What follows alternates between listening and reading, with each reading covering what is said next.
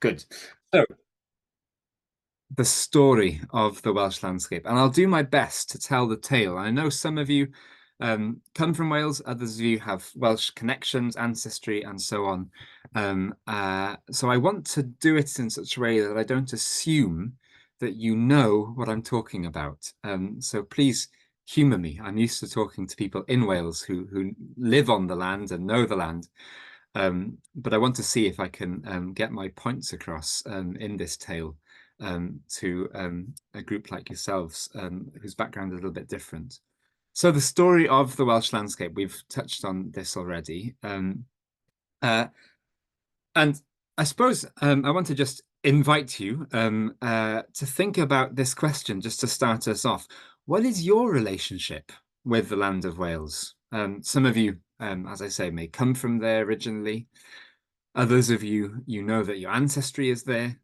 Others of you, there's some other. Tolkien is a great example of this. I don't know, Tolkien, who wrote The Lord of the Rings, had no Welsh ancestry, was not from Wales, but he loved both the language and the land, and he felt that it sort of um, struck a deep chord inside of him.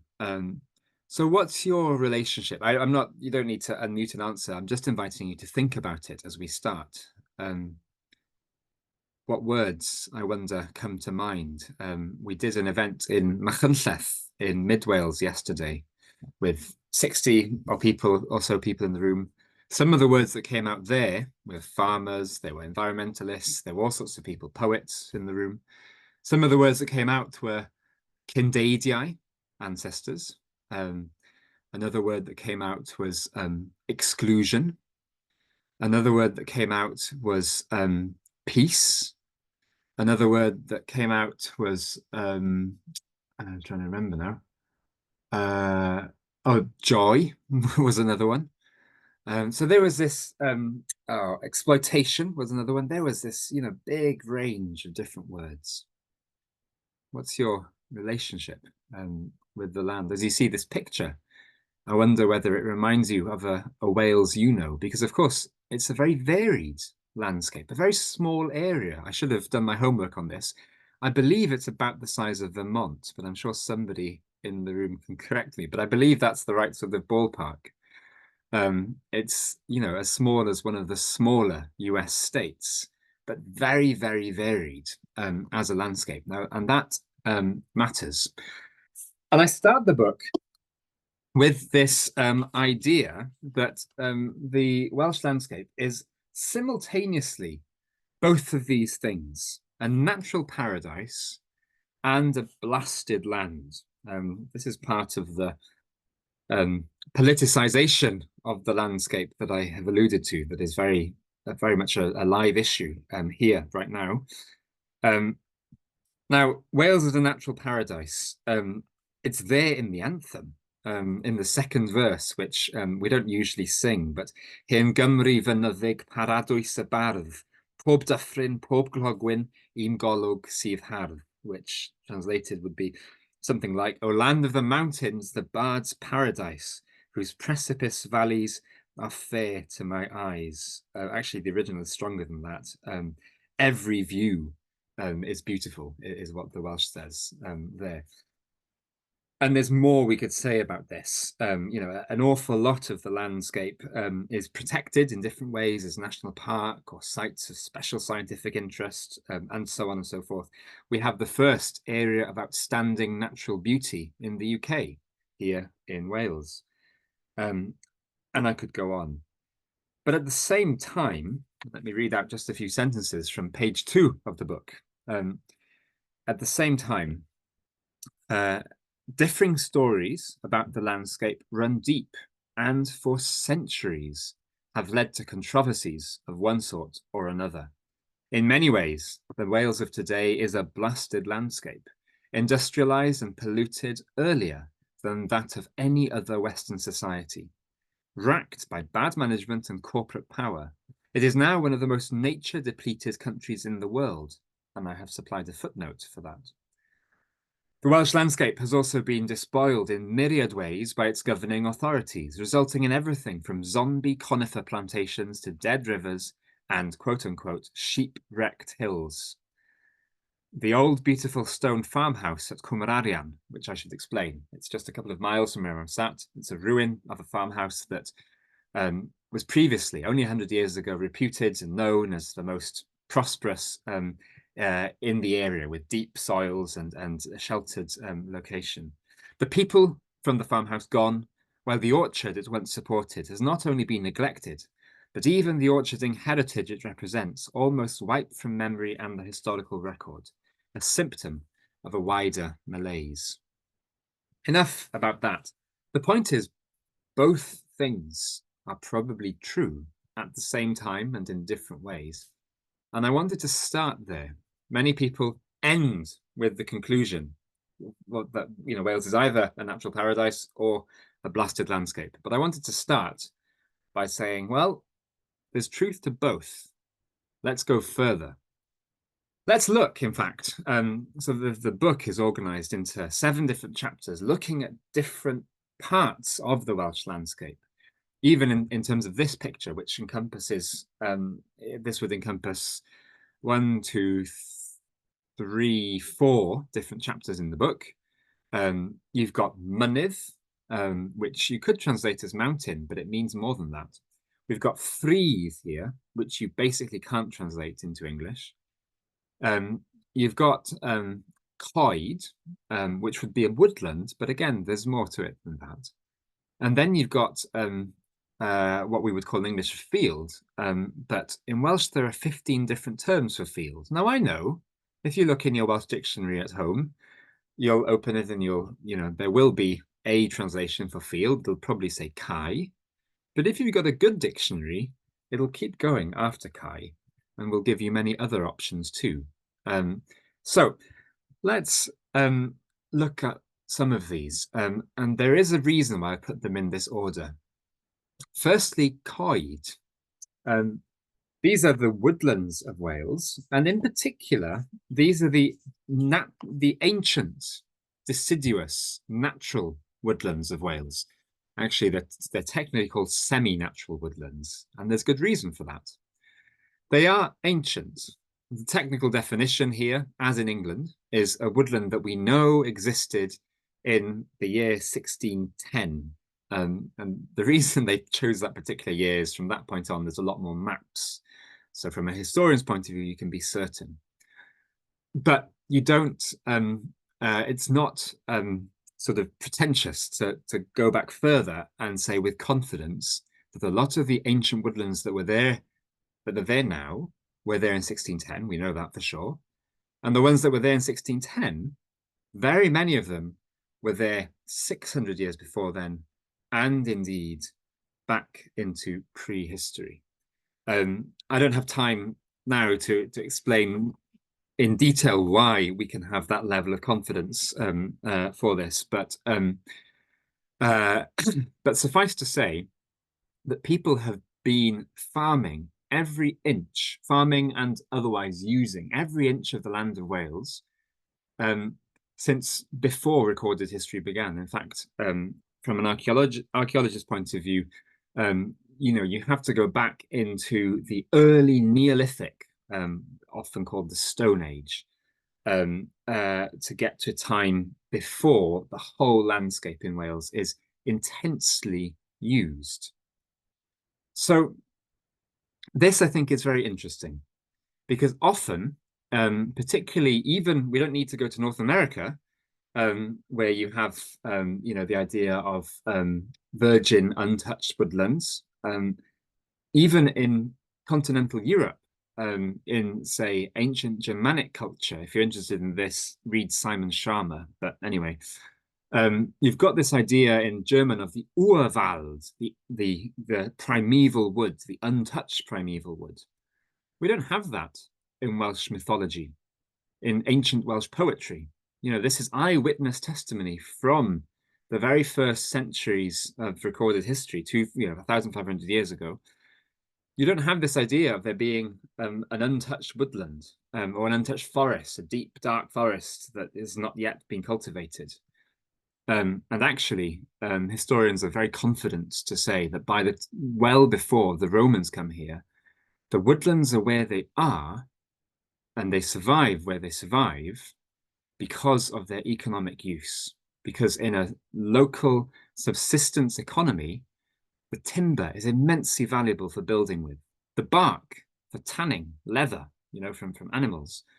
The other bits of the tree for making, fencing and, all these things. I mean, it. It's not unique to Wales, but it is important. And it's important that it survives because this is not the case even just over the sea in Ireland. Ireland has a history that in many ways is a sort of set of parallels and differences to Wales. Ireland, the ancient woodland cover in Wales is now 4%. It was 4% 100 years ago. It was near enough 4% 400 years ago. It was probably about 4% 1,000 years ago. This is not random. Ireland had ancient woodland 1,000 years ago, 500 years ago, but then it lost it all.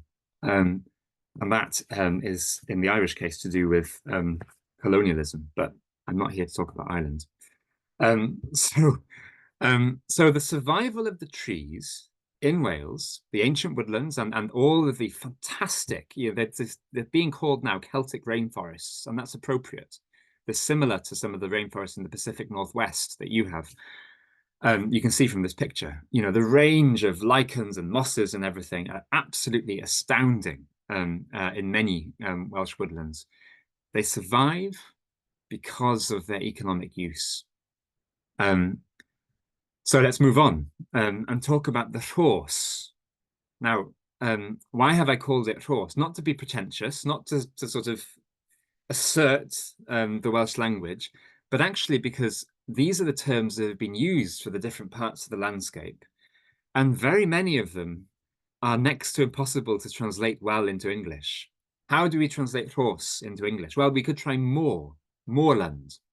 But that puts in your head ideas of places, at least in the UK context, implies places in England, like where Charlotte Bronte comes from, and Wuthering Heights, the Pennines, Dartmoor, and it's high land. But the rhos, very many of them are not high. If we look at the next picture, that's classic rhos in mid Wales. There's the sea. We're not on a hilltop here.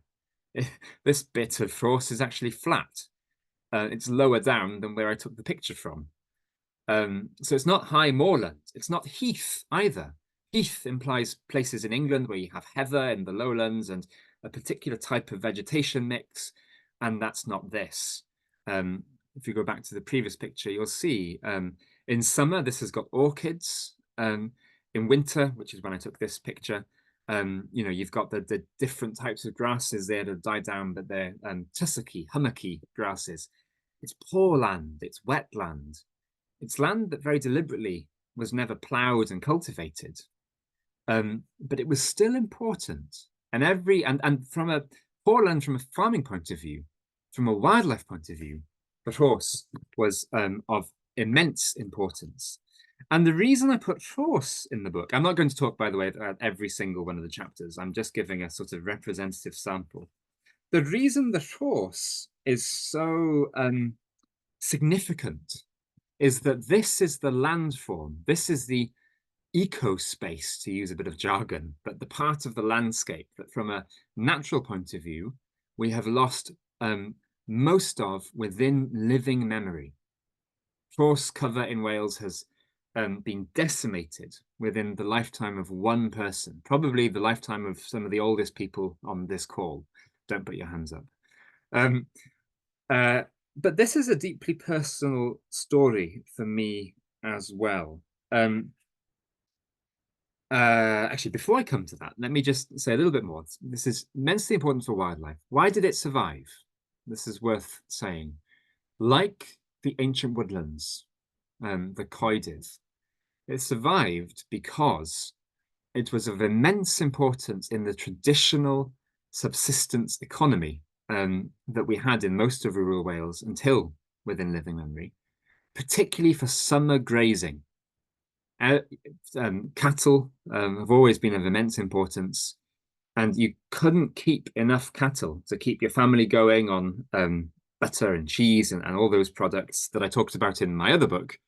um, or just on fields alone. You needed summer grazing, that flush, like in the Alps, like in the Pyrenees, except that this is not on mountains. You needed that flush of growth to turn the cattle out, and then bring them back in the autumn in a pattern that goes back again an awfully long time. So it was poor land, but it was still important land in a traditional agricultural economy. Um, and land that's a sort of landscape that you hardly have in England. Some areas in Cornwall, but not much else. And let me read just a paragraph about the course, moving on to this, because if we ask the question, well, what used to be present on this land? Well, both more nature, again, as I say, within living memory, and more people. Both those things are immensely important. Um, the reason I have this picture, I should explain this picture as well before I read. That is that picture was taken by me 2 springs ago. It's about half an hour's drive from where I'm sat now. It's our own family inheritance, if you like. If you look at it and you think it's a bit of a strange building, you're right. It's because it's an old railway carriage that was rolled into the corner of some horse land, and it was because my great grandfather was too poor to actually buy a proper house, so the railway carriage had to do. Now it's still there, as you see, well over 100 years later. And so let me read. So this is from the beginning of the chapter on rhos, and I write, "This is a personal story for me, with the issues at stake in this chapter, entwined in my own family history, and forming the background to many of my own happiest childhood memories.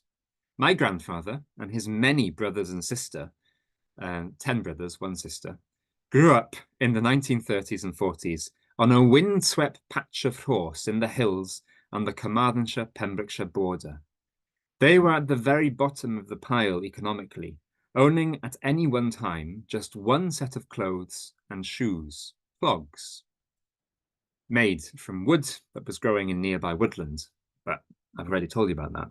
My great-grandmother Ruth died in childbirth when Dad Key, my grandfather, was only 2, and he and most of his siblings were raised by their sister, only a teenager at the time.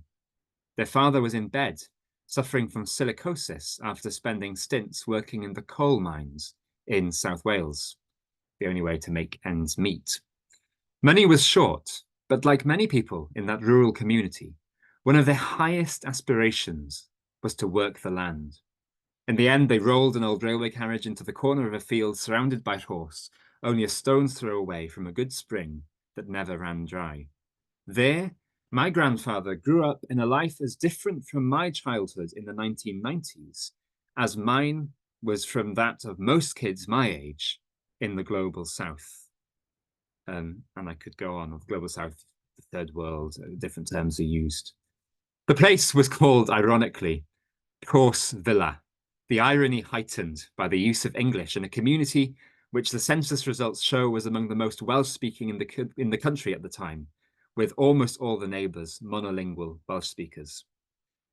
And it's remained in the family. Now, I went to see my grandfather's brother, who is very much still with us in his 90s, my great uncle, and as I was writing the book, and I wanted to hear more of his childhood memories and what used to be on the land, on the rhos.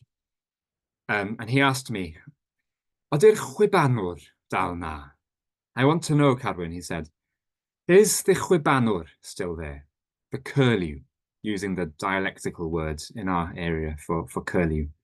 And I had to tell him, no, curlew's long since gone. The curlew disappeared probably before my day. I don't remember the curlew there. So there used to be more people within living memory and more wildlife.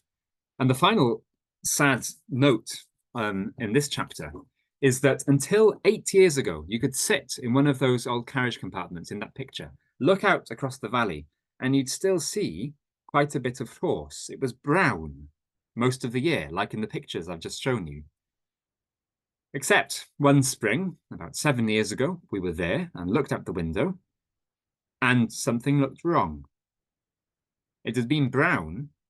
My grandmother was an archaeologist. She was quite confident it had been brown, it had been rhos since the Bronze Age. It no longer was. It had been ploughed up and reseeded with a monoculture of productive ryegrass. Whatever, all the birds that were there, that had survived, not the curlews, but the other ones, skylarks and things, could no longer nest. Why? Because of the food system, and I don't think this is so different to the States, but the food system, the global food system, has put so much pressure on farmers that they've simply needed. They're not doing it. They're not ploughing up these lands because they hate the birds. Many of them, anyway, yeah, many of them know the tale of the land just as much as I do, and are rooted. But they have to make ends meet. And so that last patch of rhos up there has gone in the last 8 years. And we can move on to Cloddiau, because this is actually a hopeful book, not a downbeat one. But we have to take the rough with the smooth and be honest. Cloddiau, if you know the Welsh landscape at all, you'll know that it's crisscrossed, interlaced with these, what to call them? Hedgerows? Well, that sort of works, but they're more than that, because they're hedgerows on top of massive banks of rock and earth. The lower picture is a rare example of one that the side of which is exposed. But every one on a country lane that looks like the higher picture that you see here, underneath that vegetation, on the lower half of it, is something that looks a bit like a stone wall. It's just hidden all over the country. Trust me, if you don't believe me, next time you're there, go to a country lane and dig away with your hands. You'll find these boulders. They're there. Not everyone, but probably 50 to 60% of the ones across the country. Why did I choose the word cloddiau rather than hedgerows or hedge banks or something? Well, because the word in Welsh also encompasses stone walls. Some of you may know Snowdonia, Eryri, and you're thinking, well, it doesn't look like that. It's exposed stone walls. But that is also called, in many parts of North Wales, cloddiau carreg. So it's the same word in Welsh. That tells us something. They're not thinking, people who named them, they're not thinking in terms of habitat. They're thinking in farmers' terms, of course. They are havens for wildlife now. Most of the most propitious places for all sorts of things, from insects and insects and wildflowers, all the way through to nesting birds, and then the things that eat the nesting birds, and mammals, small mammals as well, voles and dormice and so on. They are havens for wildlife across the country. They almost form linear forests, semi-natural. But that's not why they were put there, and that's not why they're still there today. They're there because of their function. Yet again, you can see where I'm going with this, can't you? They're there because of their function in a traditional rural economy, not just to produce food, but also fiber, of course, wool and other things traditionally. A mixed farming economy where you need to keep the livestock away from the fields of wheat that I managed to make interesting for Susan, and the vegetables and other things as well. But from an international and from a historian's point of view, what's so fascinating about them, again, is the time depth. The fact that they're still there is because they've been useful all this time. How long is all this time? Well, we couldn't be certain. Historians, there are many articles in journals in the 90s and so on, and going back, arguing about how old these are. Well, since 2020, we can be much more confident. A new technique called OSL, that's the acronym, optical, I'm not going to remember that, optical something luminescence, if I remember, has been developed. And effectively, what it does is if you take a boulder or a rock, you lift it up and then you measure immediately, you've only got something like 10 minutes to do this in after lifting the boulder, it will tell you when the last time was that that piece of soil saw sunlight. And this has been verified against things, the ages of which we know for other reasons, like tree rings and so on. And what it has shown us is that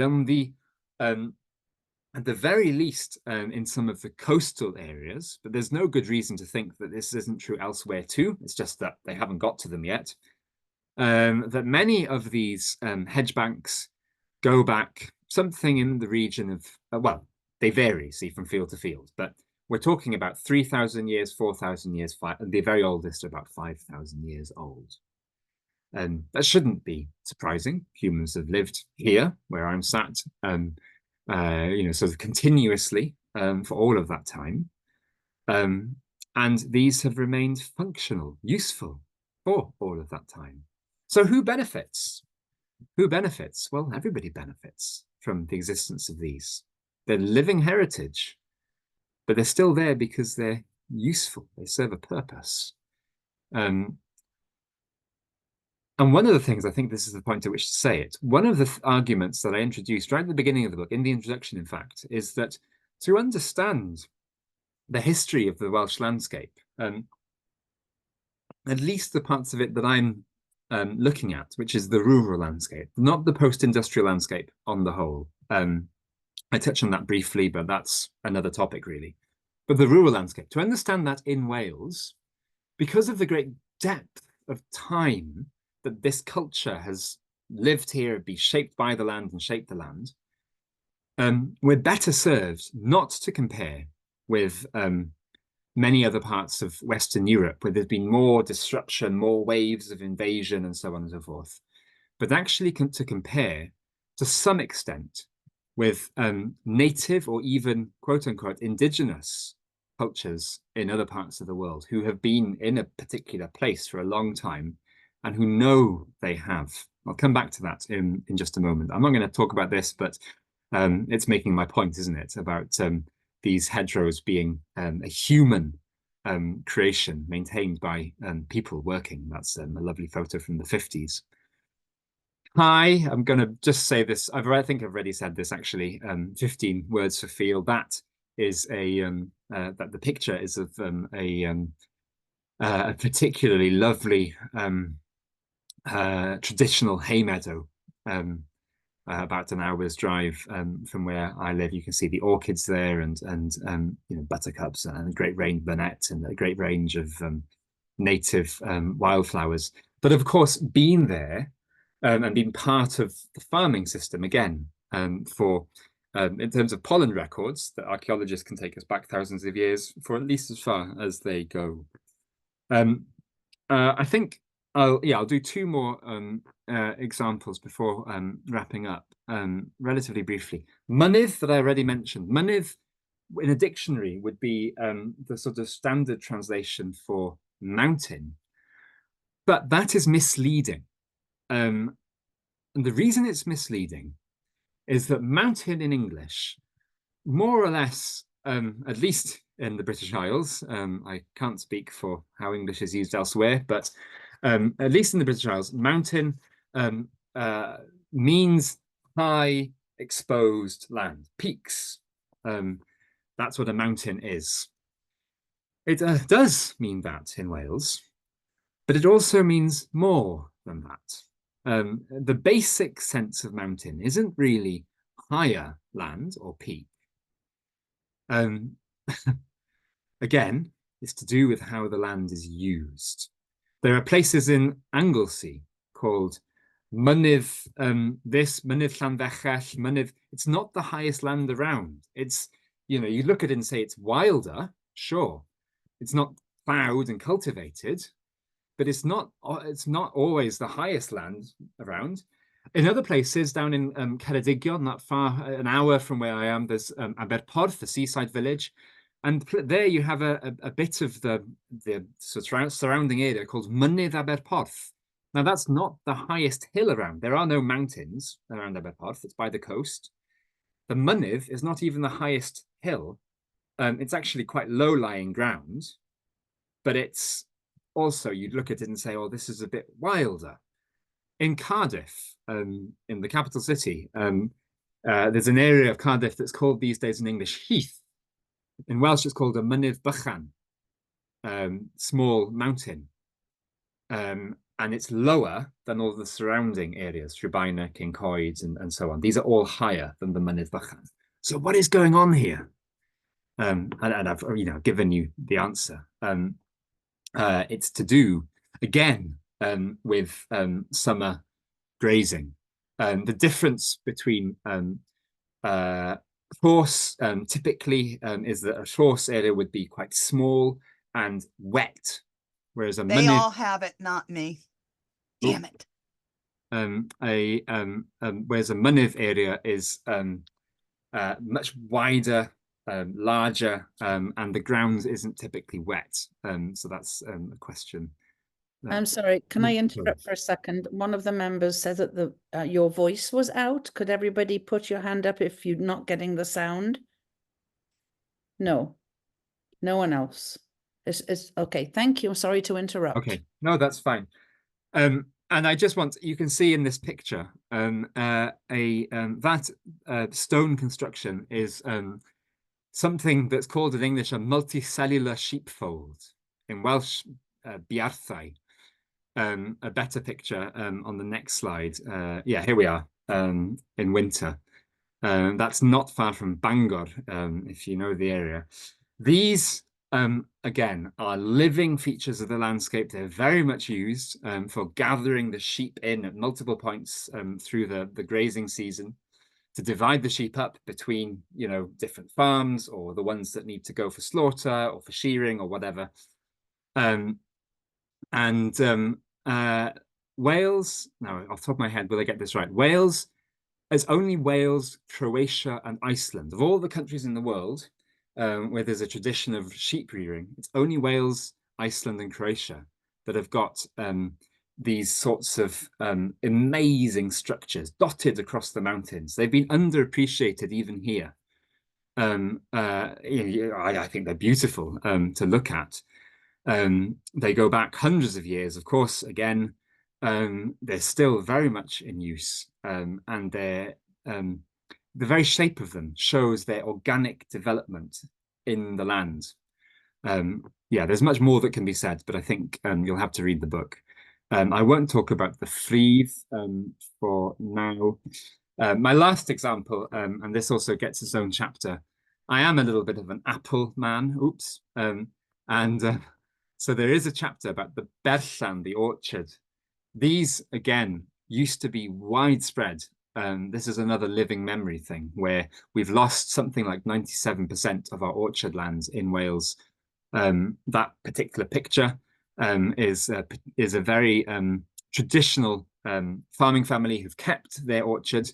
And then on that particular day, I don't think you can see it in this picture. Oh, you just about can if you've got good eyes. You can see the rear legs of a bull. The bull is in the orchard. The bull is meant to be in the orchard because, and I'm not saying this is unique at all, this has happened in many places, but the orchards have also always been pasture land. So why have we lost them? Well, in our case, it's as simple as government policy, and then going around with clipboards in the 1950s, 60s, and 70s, telling farmers in Wales that they must specialise and that they must get rid of their orchards because they need to be specialist beef, dairy, or sheep farmers. And so we lose, as that has happened, not only 98% of our traditional orchards with unique varieties and all the rest, and all the cider tradition and everything, although that's coming back, thankfully. But also, again, one of the most unique wildlife havens, at our latitudes. That fruit is very important to keep the windfall, to keep all sorts of wildlife going through the winter. These are not going to come back quickly because the skills, even something as basic as grafting, once it's lost, it's hard to regain. Yes, you can be taught, but even botanic gardens here these days, few of the staff know how to know these essential, fruits tree care skills. So that's in many ways also a tale of loss, but underneath it, there's a tale about short-sighted modern government policy, where this landscape, we've had farmers protesting. I don't know if you've picked this up, but we've had big farmer protests here.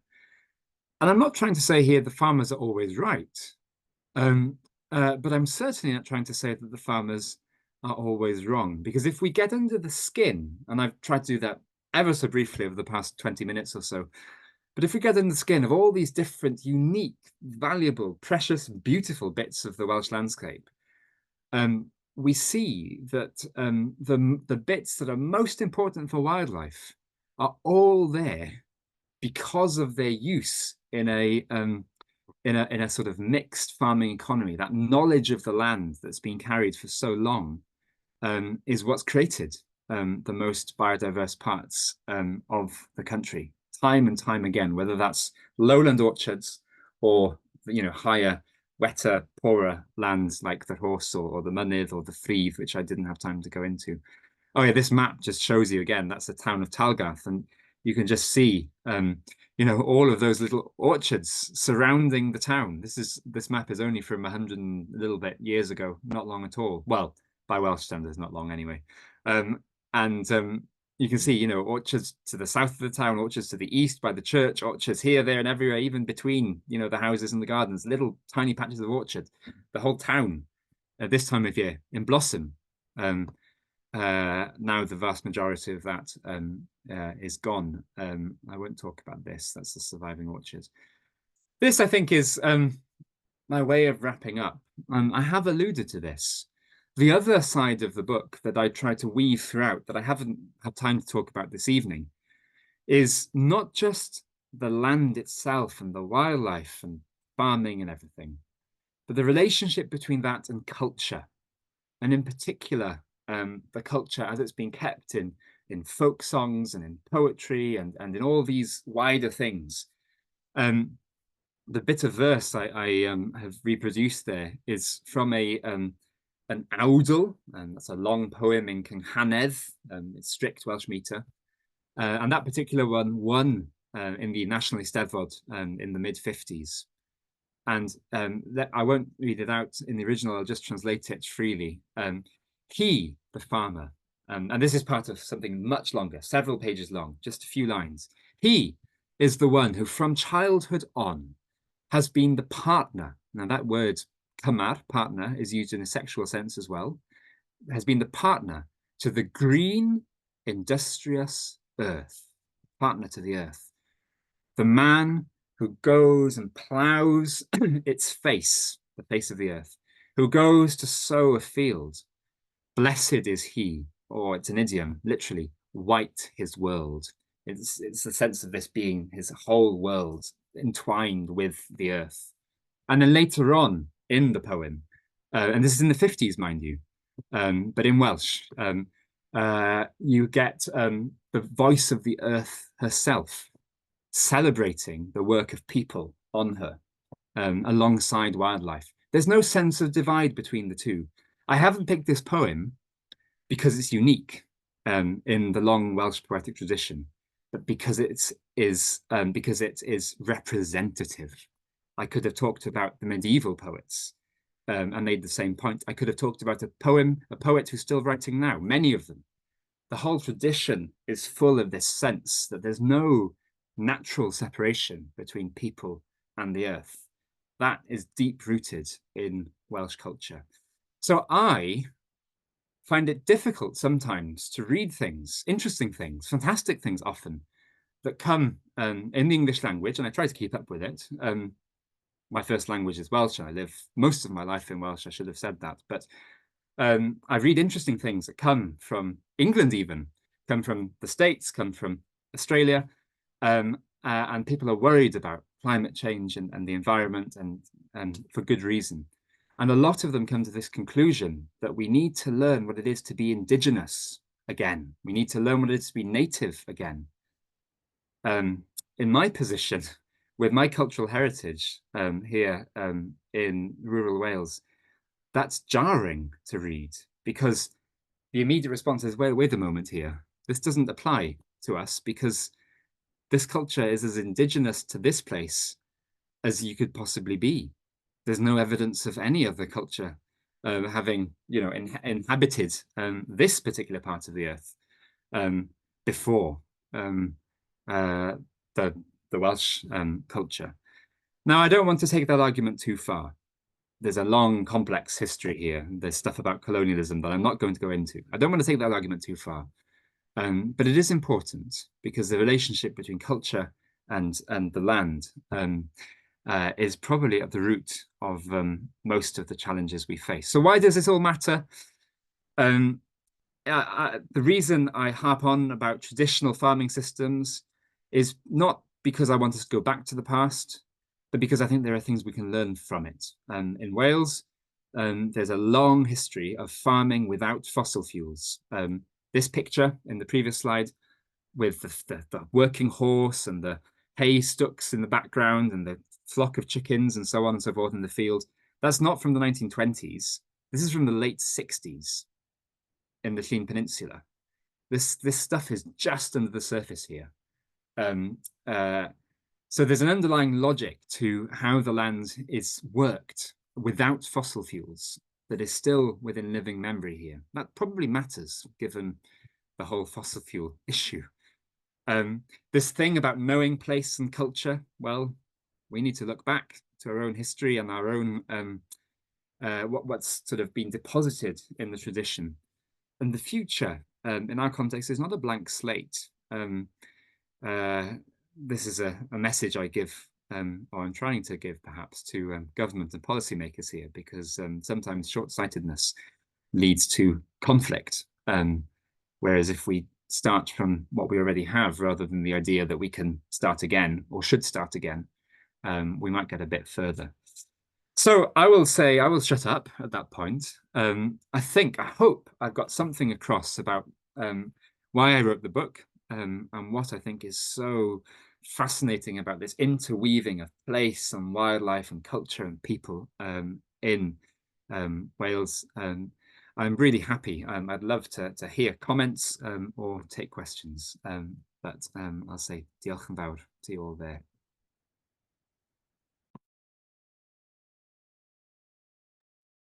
Diolch, Carwyn. Thank you very much. Stirred a lot of hiraeth in me, and remembering land as it was and seeing now when you go back houses built on farmland that you grew up on, things like that. And I have a question about the politics of changing land. And I'll be upfront and say that I have a sister-in-law who was the lead on the National Forest for Wales. Oh yeah. She's not in that position anymore, but she was. So I'm interested in how you feel about the National Forest of Wales, because I have heard that the farmers are quite negative about it and have had protests and things. So how will the National Forest of Wales, which has begun, will change farming land in Wales? Yeah. Farmers have generally been up in arms about this idea that they need to put a lot more of their land over to trees. And if I had £1 for every time I've stood on a piece of a farmer's land and looked over the valley or whatever, the landscape, and they've said, look, there's trees everywhere, many of them in the hedgerows and so on and so forth, I would be rich by now. They have a point.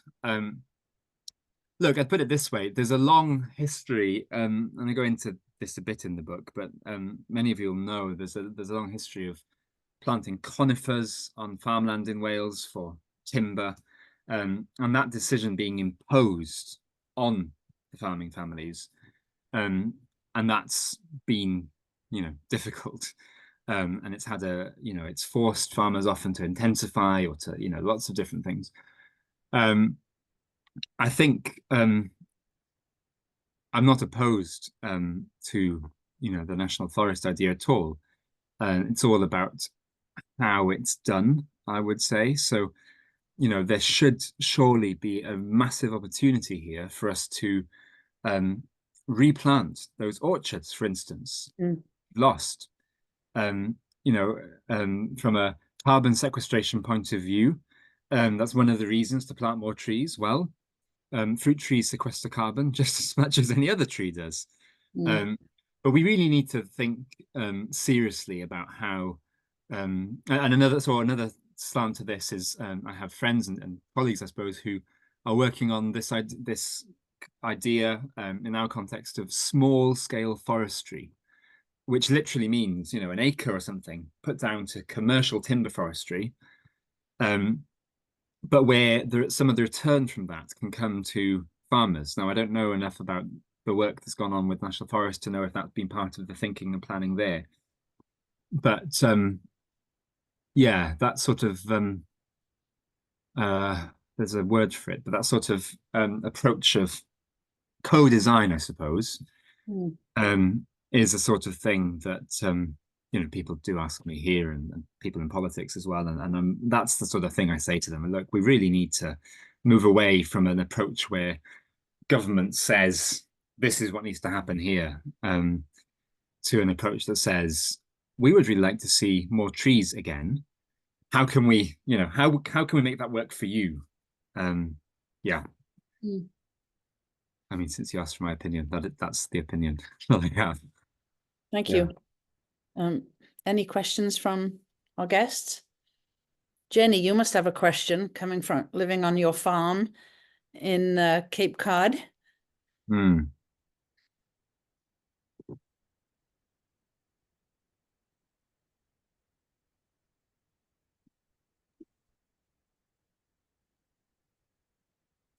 Sorry, you're muted, Jenny.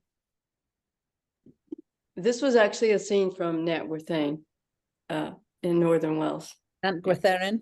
Yeah, Nant Gwythain. Yeah. Yeah. Now you say that, I can see the sea. Yeah. Yeah. It was beautiful when I took classes there. Yeah. No, I pre-ordered your book. Enjoyed your lecture. Thank you.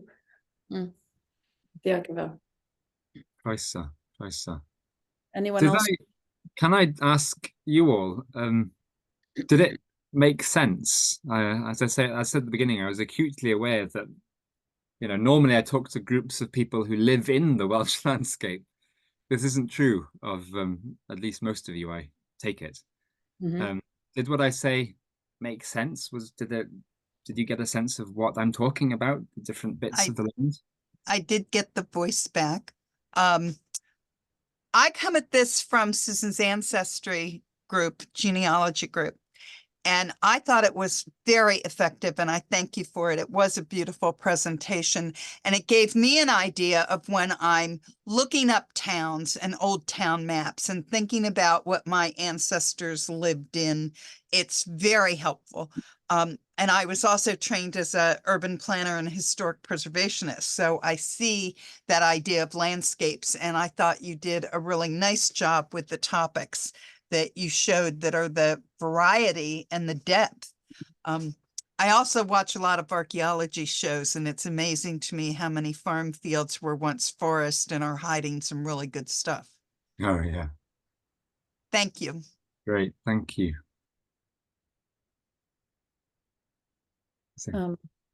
Question from James, I think. James? Hi, thank you. I'm coming from Vancouver, BC. That's what you see in the background. So just connected with the Welsh Society here and saw the notification for this talk. So yeah, it was great to be able to partake in it because I'm learning about my father's Welsh. So thinking about that side of the ancestry. I was curious though, when you talked about the government policy of the 50s, 60s into 70s of farmers needing to specialize, what was the mindset behind that? Yeah, post-war, if you think in the UK and Ireland, Second World War, there was a lot of rationing, a lot of worry about feeding everybody. It's a densely populated island, of course. And the idea in those post-war decades was yeah, effectively that we needed to do away with the past and become, you know, it was the agricultural, what they something calls the Green Revolution, not green in the modern sense, but that's what they called it. You know, the beginning of intensive farming in Europe. It started earlier in many parts of North America, but it was only after the war that it really started in a big way here. So the idea was that we needed to lose the traditional ways, and it's only because of the stubborn traditionalism of many Welsh farmers that it's even been possible for me to, in the 2020s, you know, go and talk to, by now they're older, very old, actually, many of them, but it's their fathers and their grandfathers often who were traditional, who basically resisted this change that kept a lot of the old things and the old ways going. But the idea was, no, we need to get rid of the hedgerows, get rid of the orchards, have these honking big fields as productive as possible, like in North America. In the mountains, we have peat. I don't know if you know what peat is, but it's peat bogs, yeah. And they're unique from a wildlife point of view. They're fantastic for capturing carbon, as we now know. And literally, farmers were paid in the 60s, 70s, 80s to go up there and to, with diggers, you know, on the mountains in the English sense, high up, and to literally drag out the peat and dry them out and drain them up, so that you could change those hilltop mountains, you know, into productive land. It's impossible here. It didn't work. It was, you know, modern hubris, effectively, to think that you could make. It was what I said, I suppose, at the end, treating the land like a blank slate. You know, we can make it like, we can make, basically, I'll simplify a bit, but the thinking was we can make rural Wales be like Iowa. If that gets the point across. That was the idea. And it wasn't a good idea. No. We have a question from Janet. Actually, it's more of a comment. Isn't the industrial mono agriculture doesn't work here either. And unfortunately, we've lost so much of the traditional farming, especially once you get out up further west. You know, in New England, there's still some smaller sense of farming, which we're losing that land to urbanization. Right. Yeah. Yeah. Yeah. Yeah, exactly. And here, I suppose we're lucky that, I mean, it's more than luck. There's been a lot of battle and, you know, defiance, but, you know, the average family farm in Wales is still really quite small, even by European standards, let alone North America. And we're talking about 100 acres, which is like 30 hectares, which is really quite small. And they're mostly, you know, family farms. So there's a lot of motivation to just make it work, you know, whatever it takes to, you know, to keep it going, to, and I think that's helped. You know, it's not, you know, we do, like I said at the beginning, and like losing the horse and so on, you know, it's not that all is rosy, but there is, there's a groundswell among farmers here to actually return, you know, damn the government almost, to return to more traditional ways to make cheese, to, you know, do things that will bring them an income.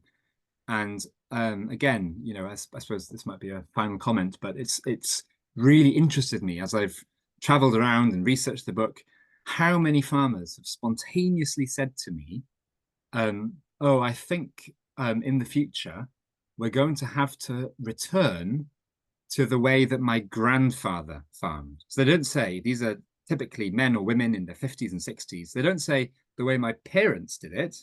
They say the way my grandparents did it. And they're not waiting for government.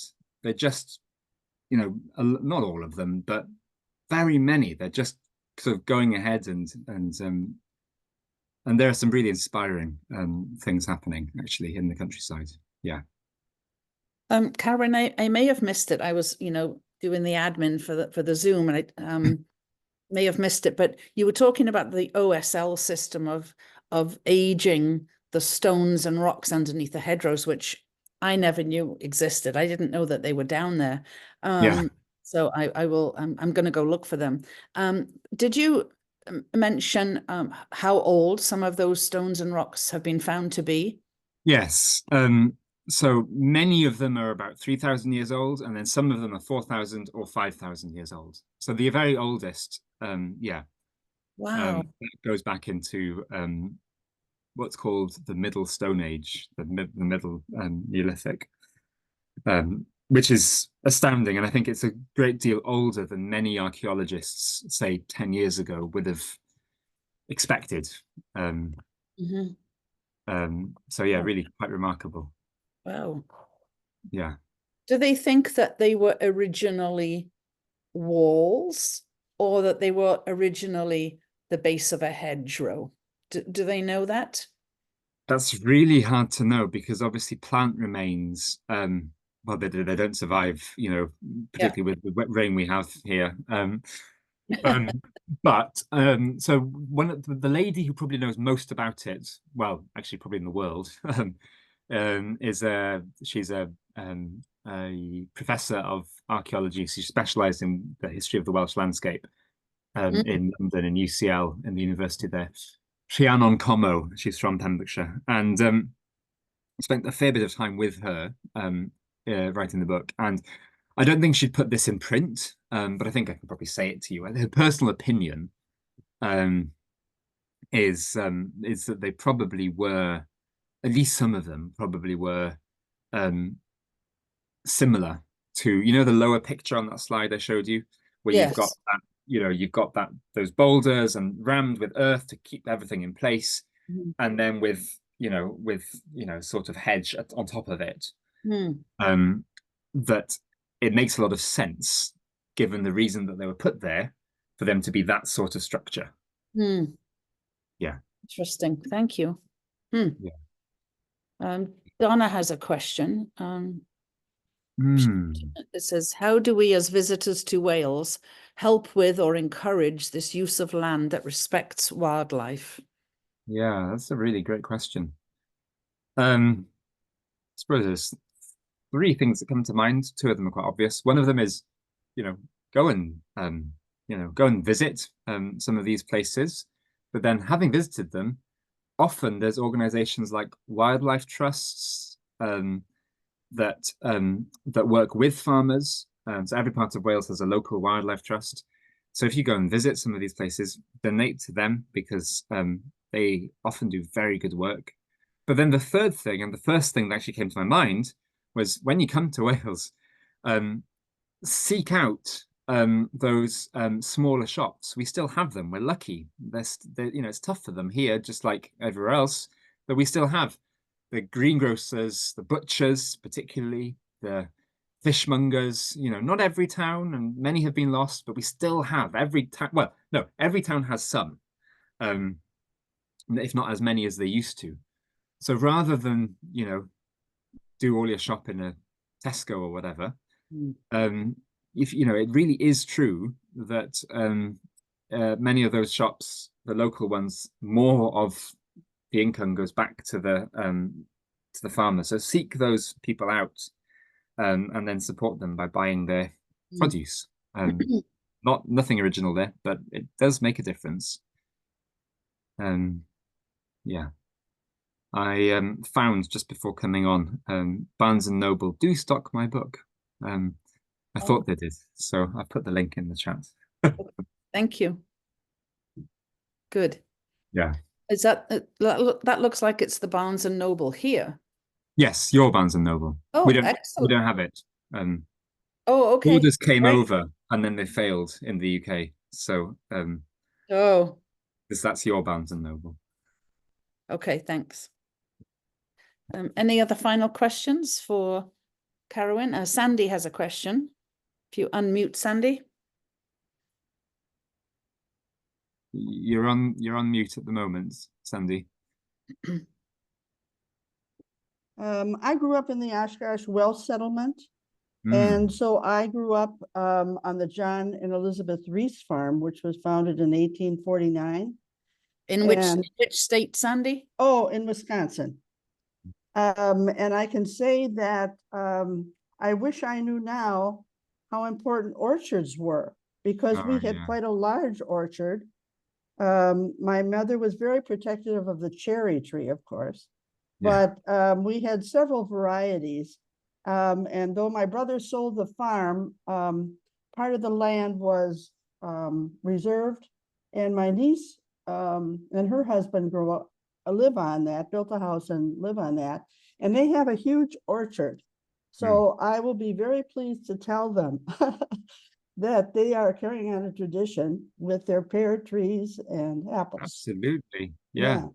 Is there it's hard to, even, I'm sure the same is true in the States, but you know, all that fruit, that even, you know, the windfall, the benefits go all the way up to, you know, eagles and raptors and whatever you have locally in Wisconsin, because it creates a lot of you know, the fruit feeds the small birds like the bullfinches, and they feed you know, the raptors and so on. So the wildlife benefits are really significant on every level of the food chain.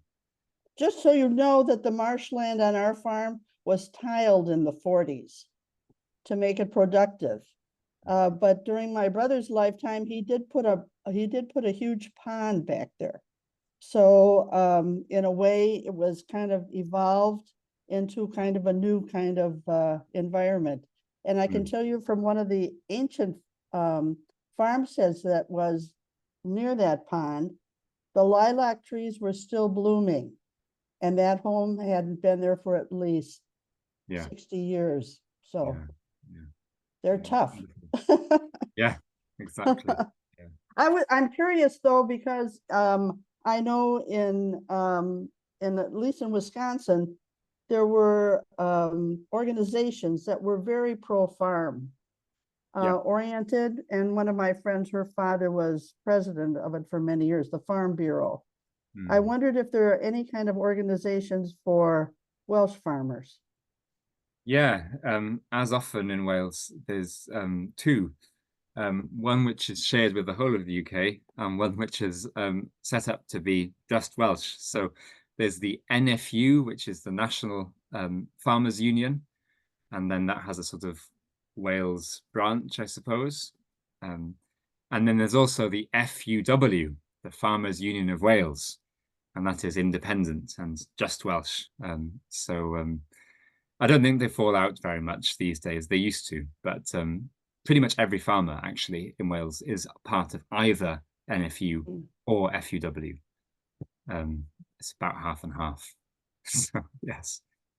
And they're quite effective. You know, we certainly wouldn't have anywhere near as many family farms here today if it weren't for, you know, that sort of thing. Yeah. Great. I shall have to leave in just a moment, but I can see Lois has a Yes, I just had a quick observation. A couple of years ago, a group of my cousins and I, including Sandy, went to Wales. It was my first trip. And through some help with others, we found the chapel where my great-grandparents had been married. And one of the most profound experiences of the entire trip for me was standing on the side of that chapel and just gazing out at the landscape. Yeah. And just feeling this connection with the landscape. I don't know if there is a word for that, but you know, several generations later, coming back to the land, I just felt this strong connection with the land and the people that used to live there. So I'm sure others have had similar experiences. Maybe this is a great note to sort of end on, because there is a word. The word is Cynefin. I don't know if you've ever come across that before, but the word is Cynefin.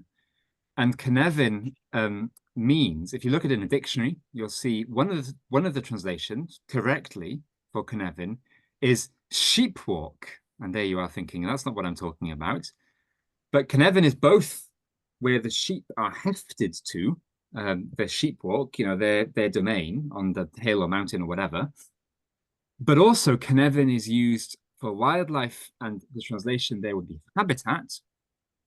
And it's also used for people. and and there's no translation for that in English, but you'd have to say something like the sense of being at home in a landscape. So it's completely normal in Welsh to talk about my cynefin as a person, my relationship with the landscape, with my, almost like my habitat, as though I were, you know, a bird or something, you know? So cynefin is the word, and it connects exactly the same thing that I've tried to bring out in the book, this interweaving of the wildlife, the domestic, you know, the farm sort of culture, and then people, humans, as an, you know, an integral part of that. Yeah, thank you for that. Yeah. Well, there's your next book. Yes. It came up in something I was talking maybe on our Welsh conversation group the other day, cynefin, and someone was explaining that that the mother sheep teaches their lambs cynefin, that this is our area, this is our mountain, these are our fields. Yeah. In just the same way that my grandparents and other, you know, relatives would point out to me as a, you know, as a child, and this is not unique to Wales, but it does happen a lot here, you know, that is so-and-so hill or so-and-so tumulus, and that is where, you know, such and such giant used to live according to the myths, or this, that, and the other. And it's the same thing, isn't it, as the mother sheep teaching the lamb. You know, this is your place. Did I spell it right in the meeting chat? Cynefin? Almost. So I'll spell it Cynefin. Cynefin. Okay, Cynefin. Yeah. Okay. Yeah. Brilliant. Yes. Thank you. Thank you so much. I'm going right onto Barnes and Noble, and I'm be buying your book, or go down the street and see if they have it. Thank you so much. Thank you. And we'll see you maybe next time. We'll do this again sometime. Lovely. Diolch yn Thank fawr. you. And Thank bless you. you all. Thank you. Thank you, Carwyn. Ta-da. Ta-ra, everyone.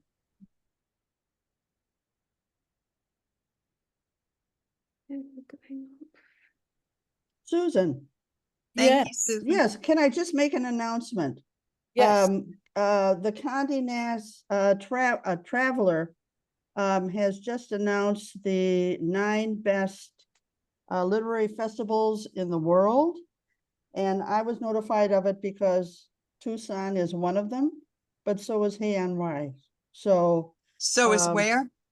Hay on Wye. Hay on Wye, Wye. is that how you say it? Yeah. Hay on Wye in Wales. Yes, it's the town that has more bookstores than anywhere else, I believe. Oh, I've seen that on a TV show. Yeah, cool. Yeah. So Susan, I sent you the link to the article. Okay. So if you know, you would know how to forward it to people. Okay, I will do. I will do. Thank you. Okay, everybody. I'm going to ask Annie real quick. Annie, could you let me know if you got my check? I mailed it a couple weeks ago for dues. You're muted, Annie. You're muted. Yes, I did. I thought I sent you an email. Yes. I don't think I saw it. Okay, but thank you. Yeah, you're welcome. Thanks, Susan. Bye, everybody. Bye-bye, everybody. Enjoy the rest of your weekend.